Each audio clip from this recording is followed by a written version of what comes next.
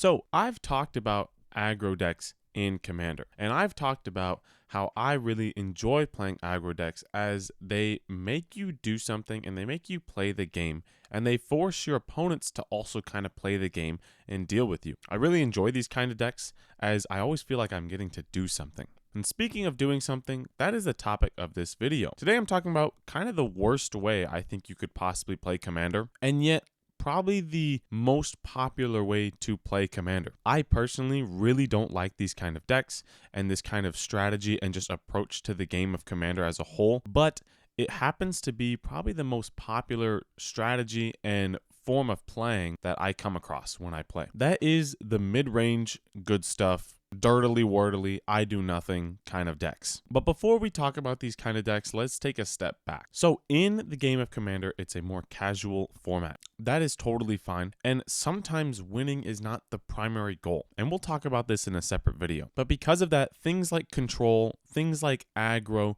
things like combo decks are often kind of just, they take away from your fun, in other people's opinion. Due to this fact, a lot of times what ends up happening is people don't want to rush down, people don't want to play aggro decks because then you become the target and maybe you have to then play a 3-on-1. People don't want to play control decks because people get mad at you because they don't get to play their cards. And people don't want to play combo decks as most of them don't find it fun to just play until you play the combo and then you win the game on the spot and then the game's over. These are all valid opinions and everyone can play the game however they choose to. However, what ends up becoming a problem is that they play these kind of mid-range decks as a solution. I'm going to ramp, I'm going to draw some cards, I just want to cast my spells that I spent a lot of real life money on, and I just want to sit down and play a game of casual Commander. Now, before you attack me for saying that this is a bad strategy, I am totally okay with other people playing. However, for me, I think it's a very ineffective strategy if you're looking to, for whatever reason, actually win the game. Now, in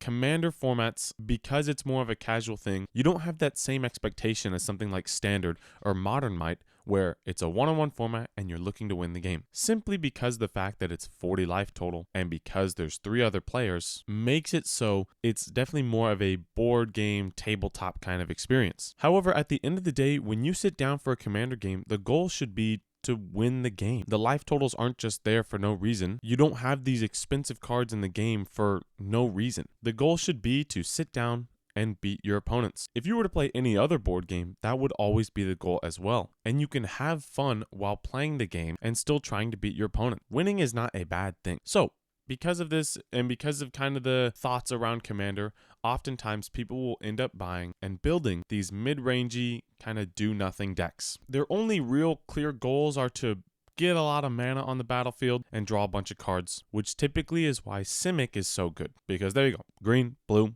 you ramp, you draw, easy peasy. It's why Simic in a casual format like this is so much more powerful than other colors, and oftentimes why people do not like Simic. The thing is, though, is that people don't like Simic because it's really good at the strategy that they enjoy playing the most, which is ramping and drawing. If your only goal is to ramp and draw, why do you then hate the strategy that is good at what you want to do? For me, it never makes any sense. Now that we're done with this kind of tangent, let's talk about why mid-range is kind of the worst way that you can play the game. I've kind of alluded to it already, and my first reason is because these decks often don't do anything active on the board. In most cases, what these decks are trying to do is get out greedy advantage pieces, ramp for quite a few turns, maybe cast their commander, and maybe cast a few more spells, and by turn 6 or 7 is when they really start playing the game. The thing about this strategy is that oftentimes you get to turn 6 and 7, and if your opponents are playing more active decks, say like an aggro deck or a tempo deck or a combo deck, you will most likely just lose this game without having done anything for the entire game. That's when you get salt.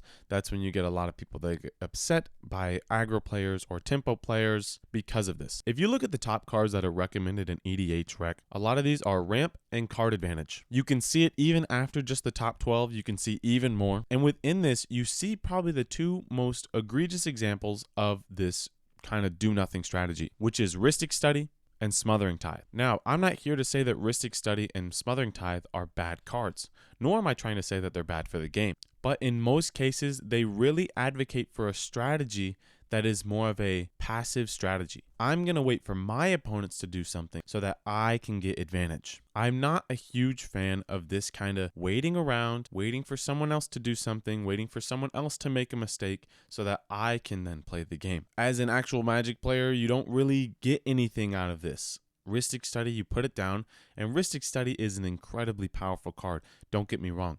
I play it in CEDH decks. I play it in some of my decks because it is just that powerful. The thing is, though, is that when I play Rhystic Study, I try to get it out as soon as possible so that it can accrue me value. By the time turn 6 and 7 roll around, I should be presenting win attempts. However, other people, usually when they play it, they have Rhystic Study out and they just get it for the entire value of the game, and the games just go a lot longer because their decks aren't actively trying to achieve a strategy or an outcome. These are advantage engines for a reason. It's almost similar to the difference between day trading or possibly gambling or options trading versus dividend investing. In day trading and options trading and anything like this, you're trying to put money in quickly and you're trying to get a pretty quick return on your investment.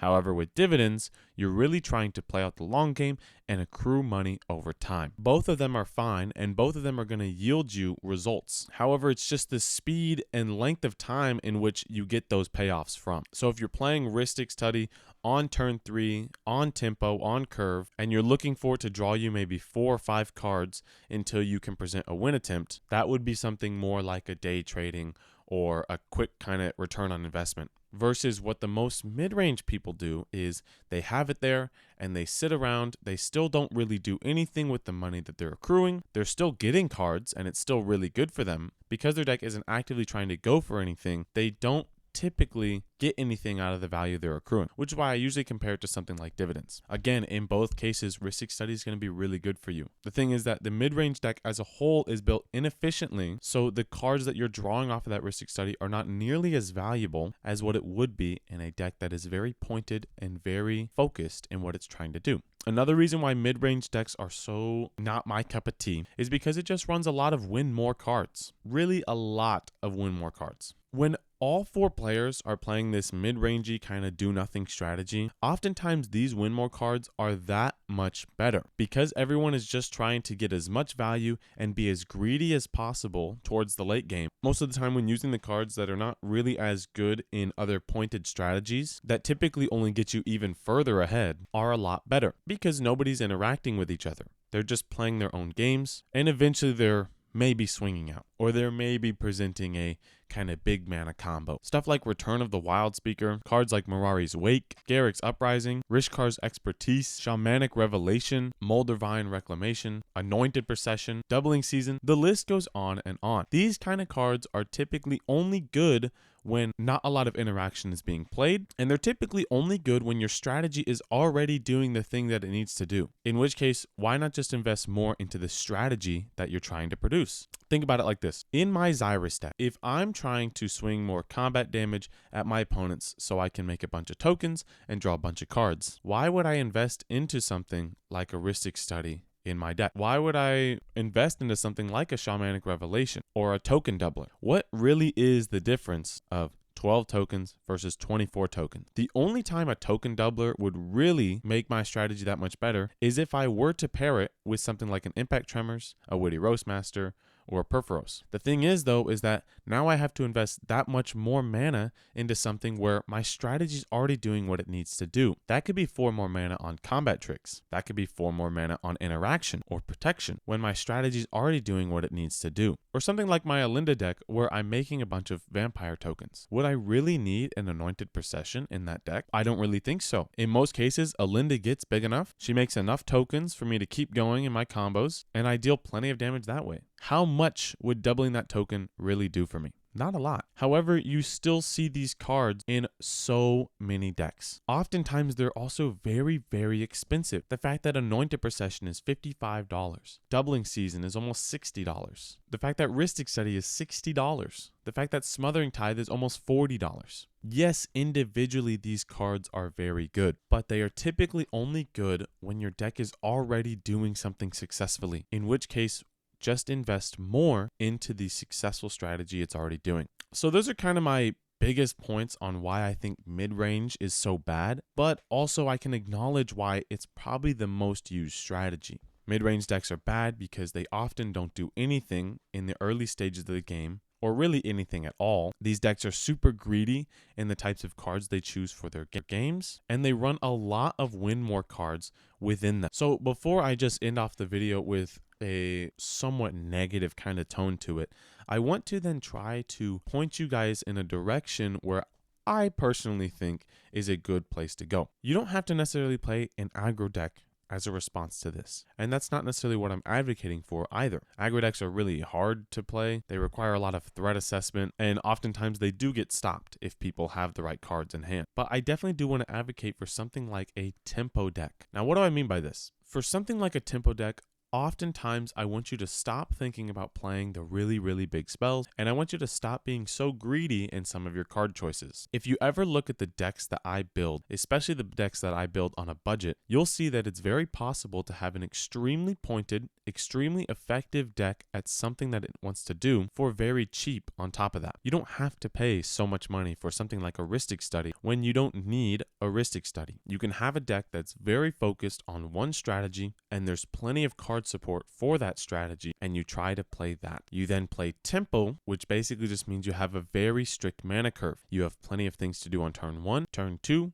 turn 3, turn 4, and turn 5, and after turn 5, any of those bigger spells are supposed to be there to help you win the game. Say like in black, in Garrick's Wake is trying to help you win the game. Torment to Hailfire is trying to help you win the game. Exsanguinate, which is an X spell, tries to help you win the game. In my Jetmir deck, any X spell that I have in there is supposed to be played past turn 5 or 6 to help me finish off the game. If you ever have one of these really big spells, big mana spells, it should be to finish off the game. That's what they're for. In any other format, those big spells are there for that reason, unless of course it's a board wipe. But of course, board wipes should also be trying to help you win the game. So I'm advocating for more people to play more of a tempo style that focuses on playing cards early on every single turn to try to advance your strategy. Think about some decks that you might have right now. Are there a lot of cards in there that are kind of just sitting there because they're a good card? They're good in these colors. Maybe you just enjoy playing the card. Maybe it's a pet card. That's fine. But does it contribute to your strategy as a whole? And also, how effective is that strategy? Now, am I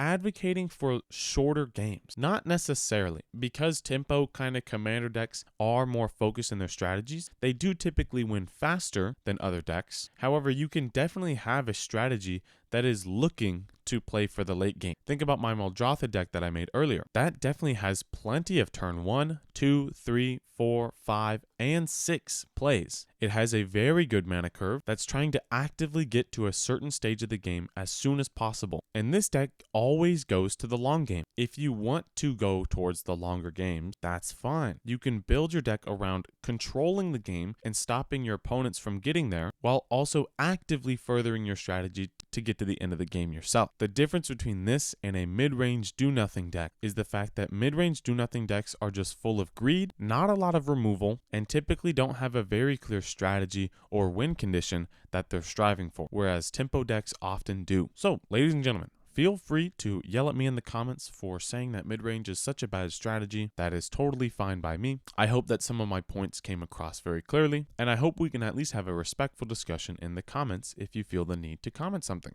My name is Deck Driver, and I will see you guys later.